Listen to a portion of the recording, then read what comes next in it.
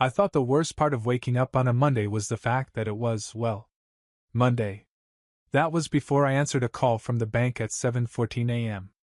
Mr. Callahan, this is Jennifer from First Coast Bank. I'm calling to confirm the payment schedule for your $750,000 mortgage. You're about to hit your 90-day delinquent mark. I'm sorry, what now? I said you're. No, I heard you. I'm just trying to figure out which alternate universe I woke up in where I bought a $750,000 home while sleepwalking. I was still in boxers, half asleep, and clutching a bowl of reheated mac and cheese from the night before. The last time I checked, my biggest financial commitment was my Netflix subscription. And even that was hanging by a thread. But this woman wasn't kidding. I have your signed paperwork here, she said. Ma'am, the most expensive thing I've bought this year was a toaster oven. She paused. You may want to check your credit report. Let me back up.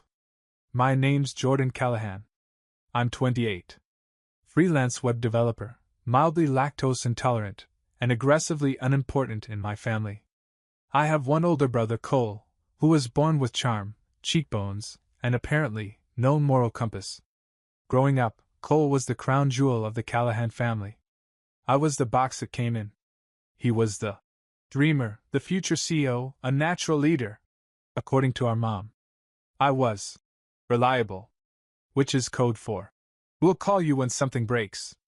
In high school, Cole crashed a Lexus into a fire hydrant while texting his girlfriend and got grounded for 2 whole days. I once got AC in chemistry and had my phone taken for 3 months.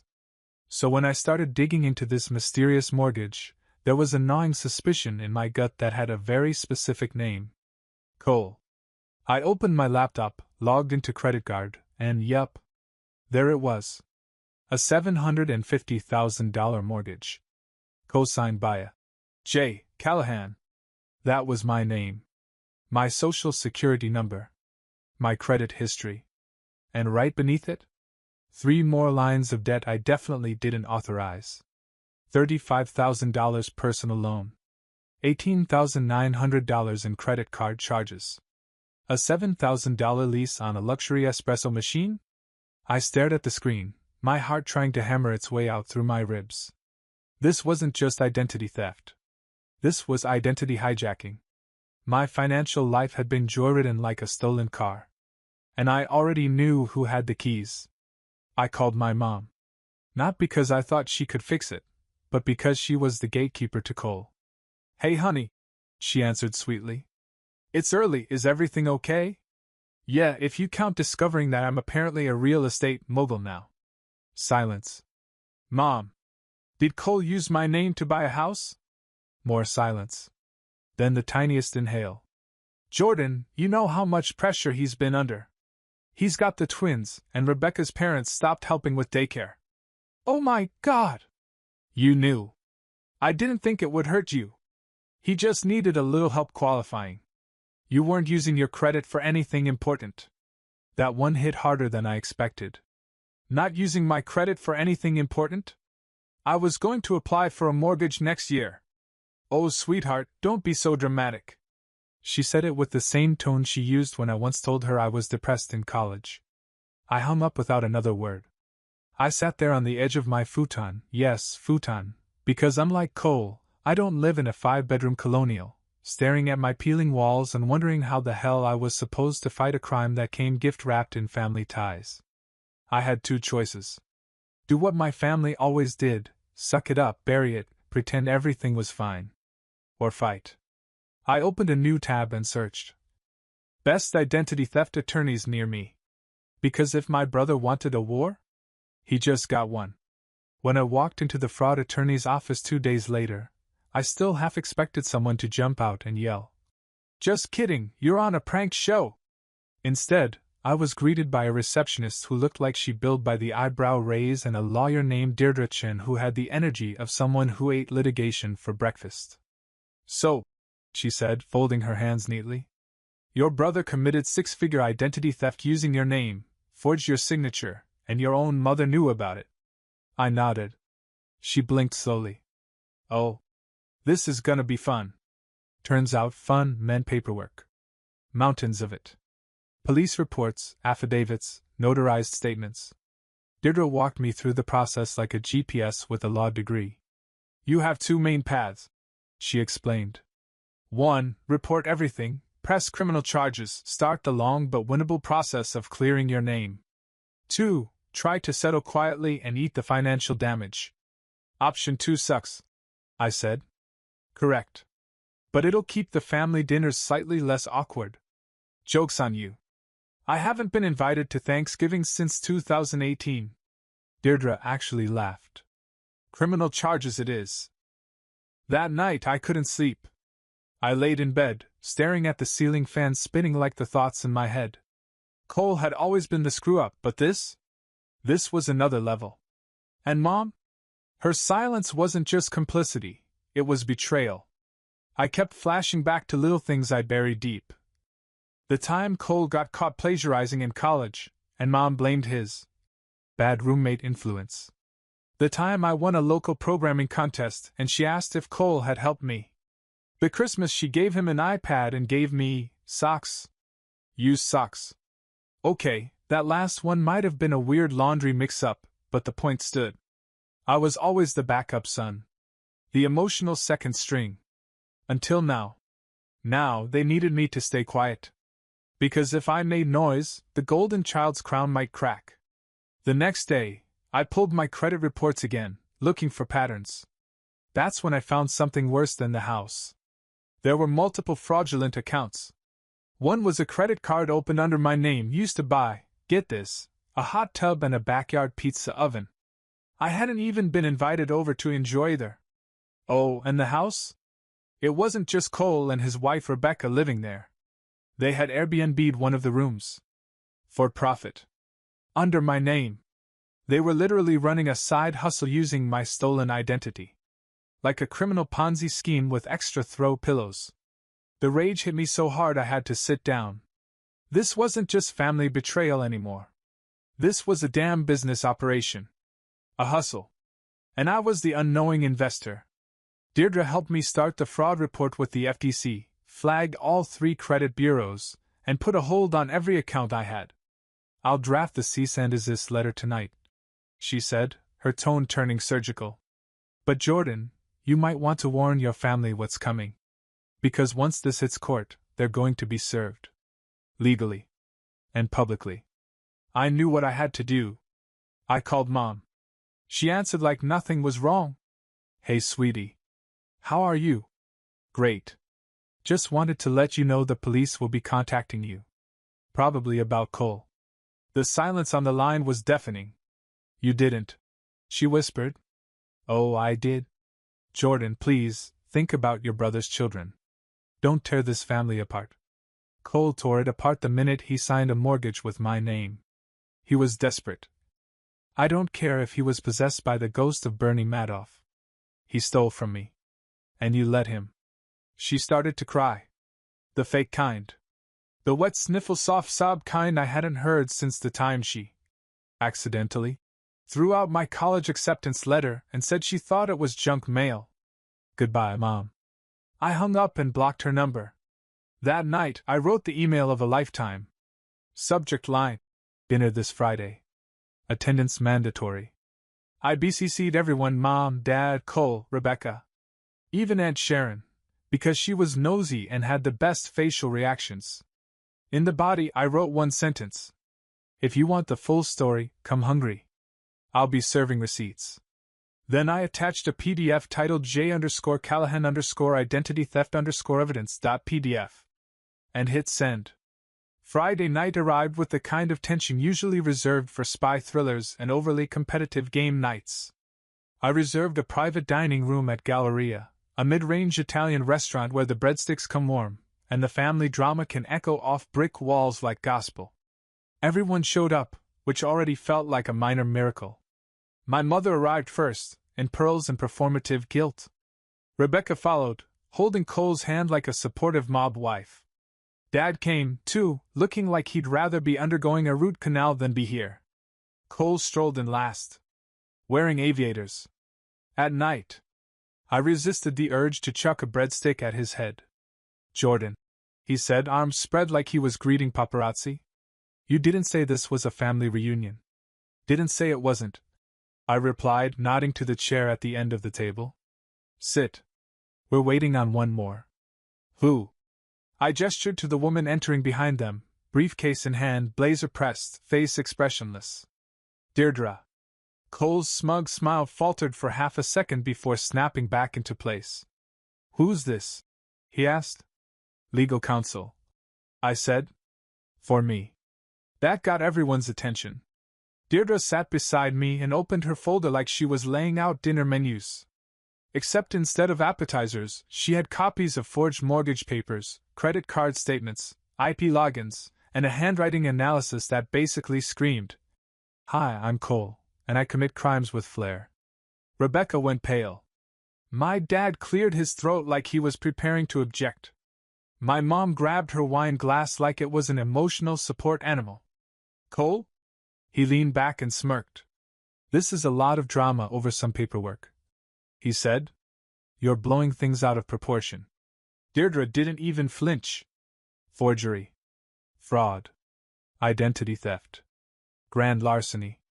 Shall I go on? Cole chuckled. Come on, we're family. Jordan's just being petty because he never got over me getting the bigger bedroom. I turned to him. You used my social security number. You forged my signature. You bought a hot tub, Cole. A hot tub, Rebecca muttered. I told you that was a bad idea. Cole snapped. That's rich coming from the woman who wanted the pizza oven. Oh, I wanted the pizza oven? That was your idea for an authentic backyard vibe. My dad finally spoke up. Okay, enough. Jordan, what exactly do you want? That was the $1,000,000 question, or, in this case, the $750,000 question. I want a signed confession. I want full restitution. And I want zero contact from any of you after this. My mother gasped like I'd slapped her with a lasagna. You can't be serious. I'm extremely serious. If I don't get all three, we go full legal. Court. Press. Police. Hope the twins enjoy visiting their dad through a plexiglass window. Cole's jaw clenched. You wouldn't. Already did, I said. The police report was filed last week. This dinner is just me being polite. Deirdre slid the confession papers across the table like a dealer passing blackjack cards. You have 72 hours to sign. If you don't, the DA gets everything. The silence was delicious. Finally, Cole stood, took off his sunglasses, and said, You're dead to me. That's rich coming from the guy who already tried to financially kill me. Rebecca followed him out without a word. My mother burst into tears. My dad muttered something about lawyer types and left. I stayed and finished dessert. Deirdre ordered tiramisu. As she took her first bite, she looked at me and said, Well, that went better than expected. I laughed for the first time in days. The next morning, Cole texted me. We'll sign. Just don't press charges. Too late. The machine was already in motion. The confession landed in my inbox exactly 48 hours later, timestamped at 2:14 a.m., the legal equivalent of a drunk apology text. Cole's handwriting was still arrogant, even in legalese. He admitted to fraud, forgery, and unethical use of identity, which sounded like the vague charge you'd get at a Hogwarts disciplinary hearing. Rebecca added a separate letter, blaming stress, inflation, and I kid you not, TikTok culture. I forwarded everything to Deirdre, who called me 5 minutes later with a voice full of caffeine and legal venom. Well, they're trying to downplay the severity, but we'll make it work. We'll draft the settlement proposal. But Jordan, her tone changed. This isn't over. And she was right. 2 days after that, the police knocked on Cole's door with a warrant. Because while Cole had signed the confession, that didn't erase the criminal activity. Especially when said activity involved falsified tax documents, interstate wire fraud, and a forged notarization from a dead notary public. That's right.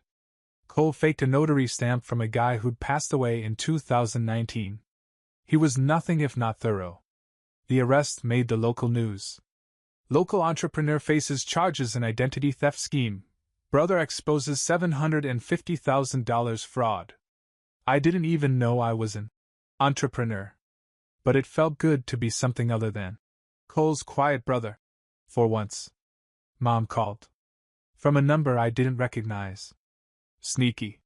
When I picked up, her voice was already trembling. Why, Jordan? Why would you humiliate us like this? I blinked. I didn't commit a felony, Mom. I reported one. He was trying to provide for his family. He used my name to buy a house and then rented it out on Airbnb. You're tearing this family apart. No, I said. Cole just did it with better lighting. I hung up and blocked that number too. She followed it with a handwritten letter that smelled like desperation and Bath and Body Works. I didn't read past the first line.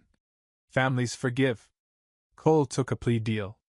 Deirdre said the prosecution offered him 18 months in prison, reduced from 5 years, in exchange for restitution and testimony about a larger ring of real estate fraudsters he'd apparently been involved with. Yep. My brother wasn't just stealing from me, he was moonlighting as a white-collar crime intern. Rebecca didn't face jail time, but she was fined in order to pay back $25,000, specifically for the luxury items, espresso machine, hot tub, backyard cabana, and something listed in court documents as artisan firewood. Artisan firewood. I was amazed they weren't selling emotionally supportive mulch on the side. The court mandated full restitution to me within 12 months. If they defaulted, Cole would face additional jail time. Deirdre shook my hand outside the courtroom. It's not revenge, she said. It's consequences. There's a difference. I nodded, numb but relieved. I'd won. I just wasn't sure what I'd gained. The following week, I did something wild. I took a day off. No emails, no client meetings, no credit monitoring. Just me, a lawn chair, and a thrifted bottle of champagne I'd been saving for a someday that finally arrived. I sat on my tiny balcony, raised a glass, and toasted 3 things. To never being the doormat again. To finally being seen. And to never letting a single family member near my social security number ever again. Then I made a plan. To buy my own place. No forged signatures. No lies. Just me, my name, and a deed that didn't read like a plot twist. 3 months after Cole's arrest, I signed the deed to my first home. Not a mansion. Not a showy flex with fountains or marble countertops that whisper debt. Just a clean, sunny 2-bedroom with creaky hardwood, a stubborn screen door, and a backyard full of stubborn weeds. It smelled like possibility. And that was enough. I bought it with the restitution money. Every single cent Cole paid went into making this space mine, legally, emotionally, symbolically. When I signed that deed, I smiled so hard my face hurt. There were no forged signatures this time. No stolen names. No lies. Just Jordan Callahan. That night, I celebrated the only way I knew how: homemade pasta, loud music, and absolutely no company. Because I wasn't ready to let anyone in, literally or emotionally. Except one person. My niece. Madison. 7 years old. Cole's daughter. She had sent me a handwritten thank you note through her school's office. It said, "Dear Uncle Jordan, I'm sorry my dad was mean. I hope you still like dogs. I like dogs. Love, Maddie."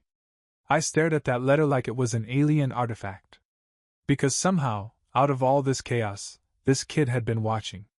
And feeling. And understanding more than anyone gave her credit for. So I invited her and Rebecca over. Yes, Rebecca. She'd paid her fine. She'd avoided jail. And she'd sent me an apology that sounded less like a lawyer wrote it, and more like a person did. "I let Cole rope me into something unforgivable," she wrote. "I thought we were surviving. We were stealing. I get that now." I told her she could bring Madison over for dinner. No Cole. Just the 2 of them. Rebecca arrived looking like she wasn't sure if I'd actually opened the door. "Come on," I said. "She wrote me about dogs. That deserves at least spaghetti." Madison barreled into the kitchen with a stuffed pug under one arm and promptly asked if I had any glitter. I didn't, but I had an old box of crayons and enough printer paper to fake art supplies. She was thrilled. Rebecca sat quietly, eyes darting around like she was waiting for a trap door to open. "It's okay," I said as I stirred the sauce. "This isn't a setup. You're not the enemy." "Not today," she sighed. "It's just weird. Being here. After everything. Yeah. Weird's the word of the year." We ate at the kitchen island. Me, a kid who used to cry over top ramen, now hosting dinner like a real adult with real chairs. Madison told me she wanted to be a marine biologist, or maybe a magician. Rebecca just watched like she couldn't believe this was happening. After they left, Madison hugged me tight and whispered, "You make better noodles than Daddy." I tried not to cry until the door closed. The next morning, a group text popped up on my phone from Aunt Sharon. "Heard you're hosting again. Braver than I thought. Don't burn the sauce this time, winking face." And that's when it hit me, my family had been watching. Not just the news. Not just the court drama. They'd seen me change. Some were distant. Some were awkward. Some tried to pretend nothing had happened. But a few, like Sharon, started to reach out.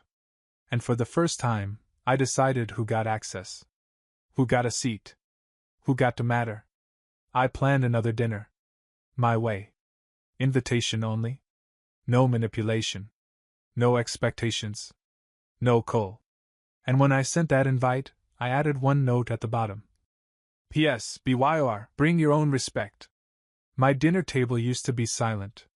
Back in my old apartment, I ate on the couch, laptop on one side, shame on the other. Now, my table echoed with actual conversation, clinking glasses, and the occasional loud retelling of that time Aunt Sharon got banned from a wine tasting. The second dinner was bigger. Not huge, but curated. Carefully selected people. Family by DNA, yes, but more importantly, people who earned the invite. Who didn't enable Cole. Who didn't call me, overdramatic, for filing a police report after being financially gutted. Sharon brought dessert. Cousin Leo brought wine. I made pasta again. Madison brought me a glittery card that said, "You're the best uncle ever. Sorry Dad was dumb." She might be my favorite person on earth. The conversation was warm, cautious, like everyone knew they were stepping over old landmines. But they showed up. And that mattered more than I expected. As dinner wrapped up, Sharon clinked her glass and said, "Jordan, I don't want to make things weird, but I just want to say this, I'm proud of you." I froze. Proud? I'd heard.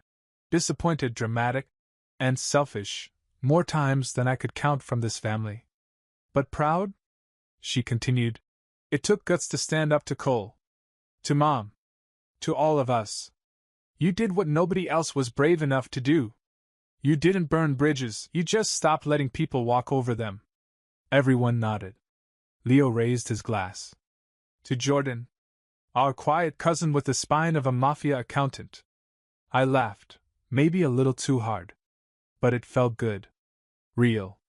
The next day, I got a letter from Cole. Not an email. Not a voicemail. A letter. On paper. In actual handwriting.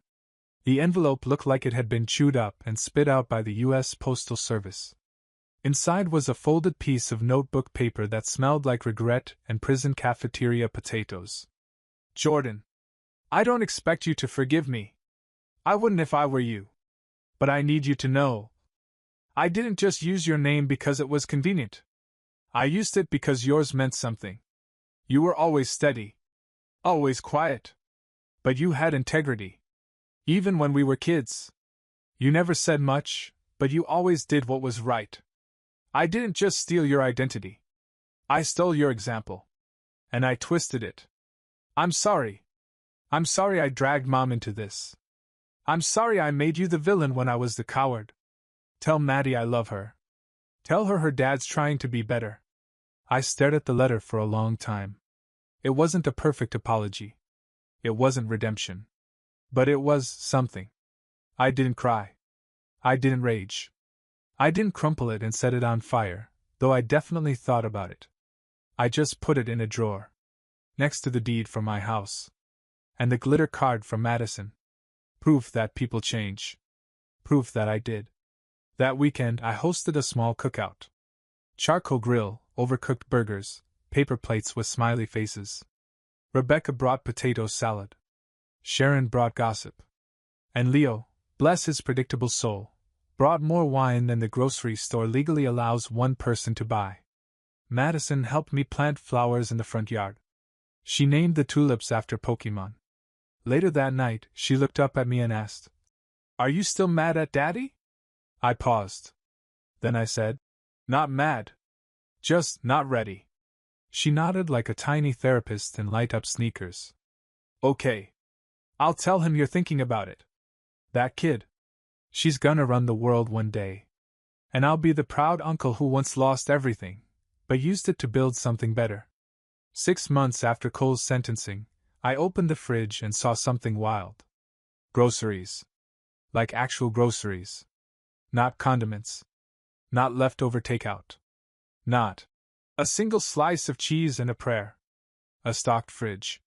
It sounds small, but that moment made me realize I wasn't just surviving anymore. I was living. Safely. Quietly. Fully. And weirdly enough, I had identity theft to thank for it. Well, identity theft, a criminal prosecution, and a woman named Deirdre who once threatened to grill a defendant alive using only case law and sarcasm. After the case ended, Deirdre and I kept in touch. She even sent me a bottle of champagne with a card that read, "Next time, sue sooner." One afternoon, I met her for coffee downtown. It was supposed to be a quick check-in, but she asked something I hadn't expected. "You ever think about helping other victims?" I blinked. "Like mentoring?" "Sure. Or maybe volunteering." "You're a unicorn, Jordan. Most people in your position spiral. You rebuilt. That's rare. That's needed." I thought about it. She was right. The system wasn't made for quiet people. For those who don't yell, who don't push, who don't sue family members and slam doors.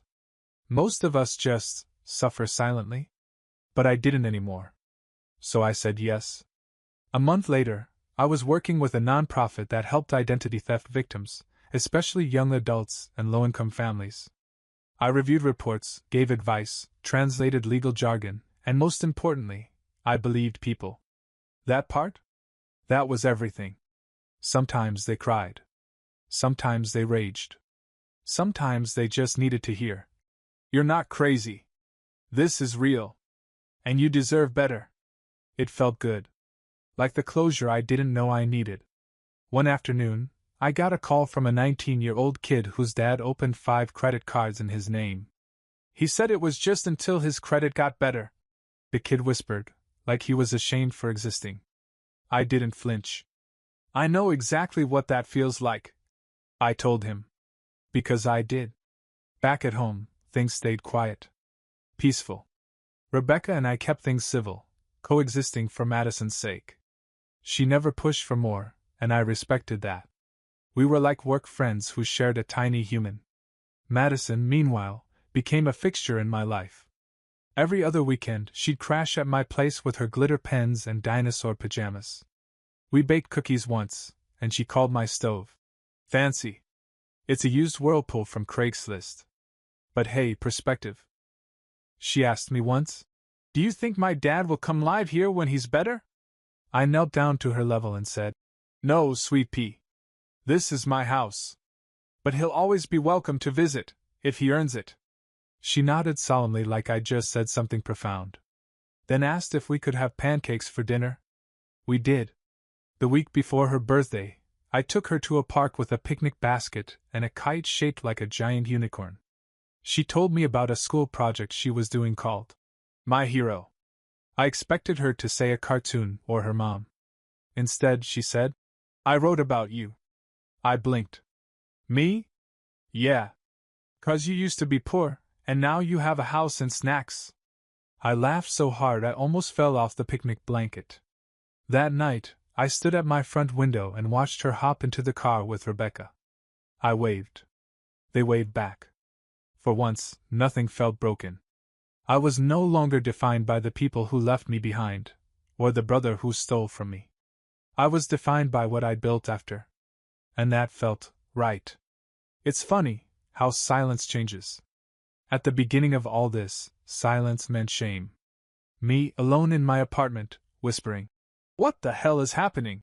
while a stranger from a bank explained how I supposedly owned a house I'd never seen. Now, silence feels earned. Like peace that got dragged kicking and screaming through legal filings and emotional landmines, but finally arrived and kicked off its shoes. Sometimes I sit on my porch with a mug of coffee and listen to the birds. No screaming. No guilt trips. No passive-aggressive texts from mom. Just birds. And maybe the neighbor's dog barking at shadows. But that's allowed. Cole's still in prison. He sends Madison letters. Once a month, like clockwork. No excuses, no complaints, just updates about what he's reading, what he's learning, and drawings of weird cartoon dragons that apparently go over extremely well with 7-year-olds. He hasn't written to me again. And I haven't written back. I don't hate him. Not anymore. But forgiveness isn't always an open door. Sometimes it's just not slamming it shut when someone knocks. And right now, that door stays closed. Maybe one day. Maybe not. I'm okay either way. Rebecca and I talk sometimes, mostly about schedules, school events, kid stuff. She's working now. Full-time. Said she wanted to prove to Madison that, starting over, isn't failure, it's growth. I told her I understood. Because I do. We're not friends. Not enemies. Not family in the traditional sense. But we're two people who survived the same storm, in different boats, and somehow ended up on the same shore. That counts for something. Last week, I sat down to write a speech. A short one, 5 minutes tops. I'd been invited to speak at an identity theft awareness panel, of all things. Public speaking still makes my stomach flip like a gymnast on espresso, but I said yes. I started the draft like this. My name is Jordan Callahan. Last year, I got a call from a bank saying I owed $750,000 on a house I didn't buy. Turns out, my brother used my name to build his dream life, while I was still trying to afford mine. At first, I thought I lost everything. But that was the beginning of getting it all back. I paused. Read it out loud. It felt true. Simple. Solid. Like hardwood floors that don't creak anymore. Sometimes people ask me if I'd change anything. If I could go back, stop Cole before the mortgage, the forged docs, the hot tub. Honestly? No. Because every mess he made taught me something I never would have learned while being the quiet one. I learned that loyalty doesn't mean silence. That standing up for yourself might make you the villain in someone else's story, but the hero in your own. And that sometimes, the best kind of justice, is a dinner table full of people who show up because they want to, not because they expect something from you. So yeah? I woke up to a $750,000 mortgage in my name. But now, the only name that matters is mine.